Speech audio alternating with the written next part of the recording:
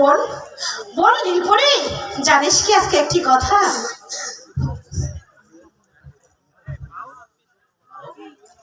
কি কর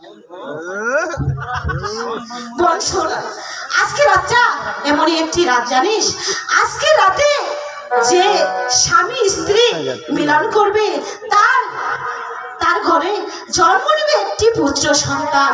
তার দুই গালে থাকবে মানিক আর কপালে থাকবে চন্দনের টিকা।